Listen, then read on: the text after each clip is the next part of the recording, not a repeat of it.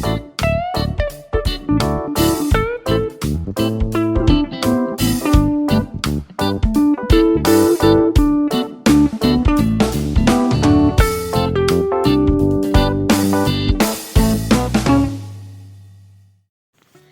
Friends, my kitchen my રેસીપીમાં આપનું સ્વાગત છે। આજે આપણે વ્રત કે ઉપવાસમાં ખાઈ શકે તેવી સાબુદાણાની ફરારી વાનગી બનાવીશું। ખૂબ જ ઓછા તેલમાં અને એકદમ સ્વાદિષ્ટ અને નવી રીતે આજે આપણે આ રેસીપી બનાવતા શીખીશું। તો વ્રતને ઉપવાસમાં ખાઈ શકાય અને એકદમ ટેસ્ટી એવી આ રેસીપી બનીને રેડી થશે। ફક્ત સાબુદાણાનો ઉપયોગ કરીને આજે આપણે આ વાનગી બનાવવાના છે। તો બધી ટ્રીક અને ટિપ્સ સાથે આજે આપણે આ રેસીપી બનાવીશું। રેસીપી સારી લાગે તો લાઈક અને શેર જરૂરથી કરજો। અને જો તમે મારી ચેનલ ઉપર નવા હોય અને મારી ચેનલને હજુ સબસ્ક્રાઈબ ન કરેલ હોય તો અત્યારે જ સબસ્ક્રાઈબ કરી બાજુનું બેલ બટન દબાવવાનું ભૂલશો નહીં, જેથી કરીને તમને મારા નવા વિડીયોનું નોટિફિકેશન મળતું રહે। તો ચાલો હવે આપણે સૌપ્રથમ સિંગના બીને શેકી લેશું। તો સિંગના બીને આપણે પહેલાં રોસ્ટ કરી લેશું। તો આ રીતે સિંગના દાણામાં સેજ કલર ચેન્જ થાય ત્યાં સુધી તેને શેકી લેશું। અહીંયા આપણા સિંગના દાણા શેકાઈ ગયા છે, તેને એક પ્લેટમાં કાઢી લેશું અને ગેસની ફ્લેમ બંધ કરી દેશું। સિંગના દાણા ઠંડા થાય એટલે તેના ફોતરા આપણે દૂર કરી લેશું। આ રીતે તેના ફોતરા આપણે દૂર કરી લેશું અને ફોતરા બધા દૂર કર્યા પછી આપણે ખાંડરી દસ્તાની મદદથી અથવા તો તેને તમે મિક્સચરમાં પણ ગ્રાઇન્ડ કરી શકો છો। તો આ રીતે તેને આપણે ખાંડરીની મદદથી અચકચરા ક્રશ કરી લેશું। તો અહીંયા સરસ ભૂકો બનીને રેડી છે, તેને એક વાટકીમાં કાઢી લેશું। હવે આપણે એક વાટકી જેટલા સાબુદાણા લેશું। એક વાટકી જેટલા સાબુદાણાને આપણે પહેલાં 3 થી 4 કલાક માટે પલાળી દેવાના છે। તો અહીંયા પલાળવા માટે તમે દહીંનો પણ ઉપયોગ કરી શકો છો। દહીં અને પાણી મિક્સ કરીને સાબુદાણાને પલાળી શકો છો। અત્યારે ફક્ત હું પાણીમાં સાબુદાણા પલાળું છું।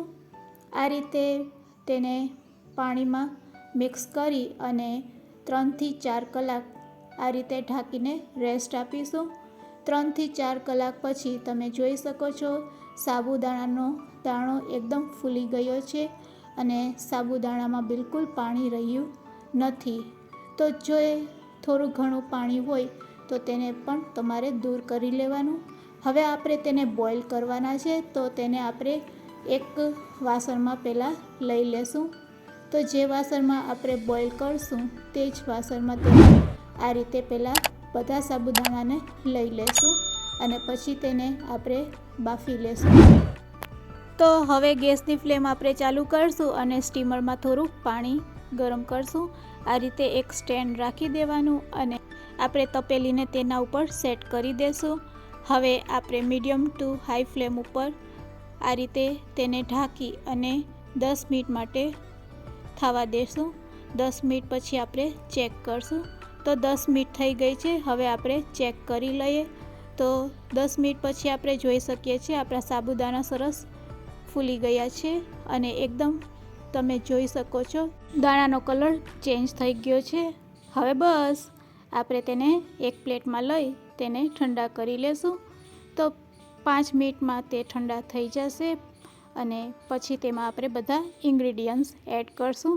તો અહીંયા આપણા સાબુદાણા ઠંડા થઈ ગયા છે। તો સૌપ્રથમ આપણે 1 વાટકી જેટલી કોથમીર, 1 વાટકી જેટલા શેકેલા સિંગનો ભૂકો તેમજ 2 સમારેલા લીલા મરચાં અને સૂકેલ 1 સમારેલું મરચું એડ કરશું। સાથે સાથે આપણે તેમાં મરીનો પાવડર એડ કરશું અને સ્વાદ અનુસાર સિંધવ મીઠું એડ કરશું અને હવે તેમાં આપણે 2 ચમચી જેટલું લીંબુનો રસ એડ કરી દેશું।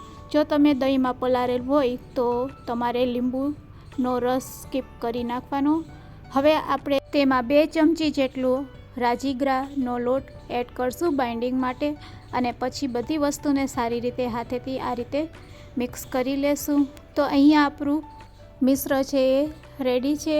અને હવે તેમાંથી આપણે બોલ બનાવી લેશું. તો નાના નાના લાડુનો શેપ આપીશું. તેમાંથી રેડી કરેલા મિશ્રણમાંથી આપણે નાના નાના બોલ બનાવવાના છે. તો હાથમાં તેલ લગાડી અને તેને આ રીતે આપણે લાડુનો શેપ આપી દઈશું.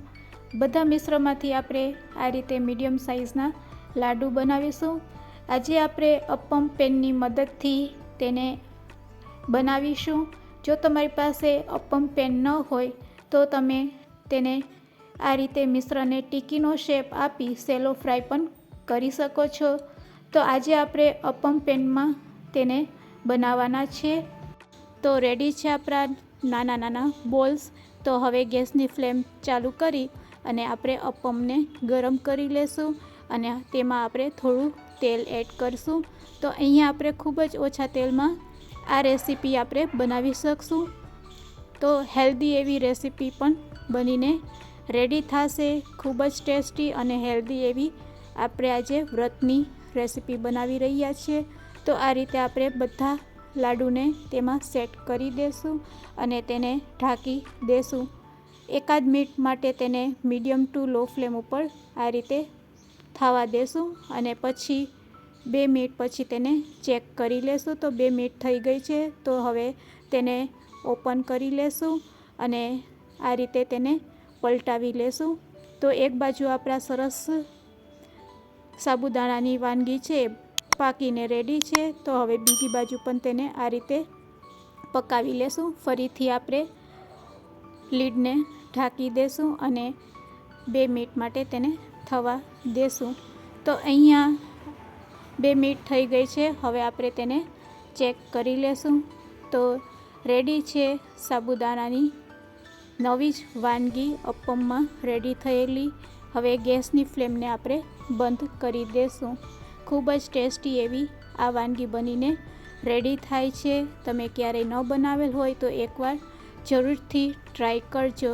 રેડી કરેલી આ રેસીપીને હવે આપણે ગરમ ગરમ સર્વ કરીશું.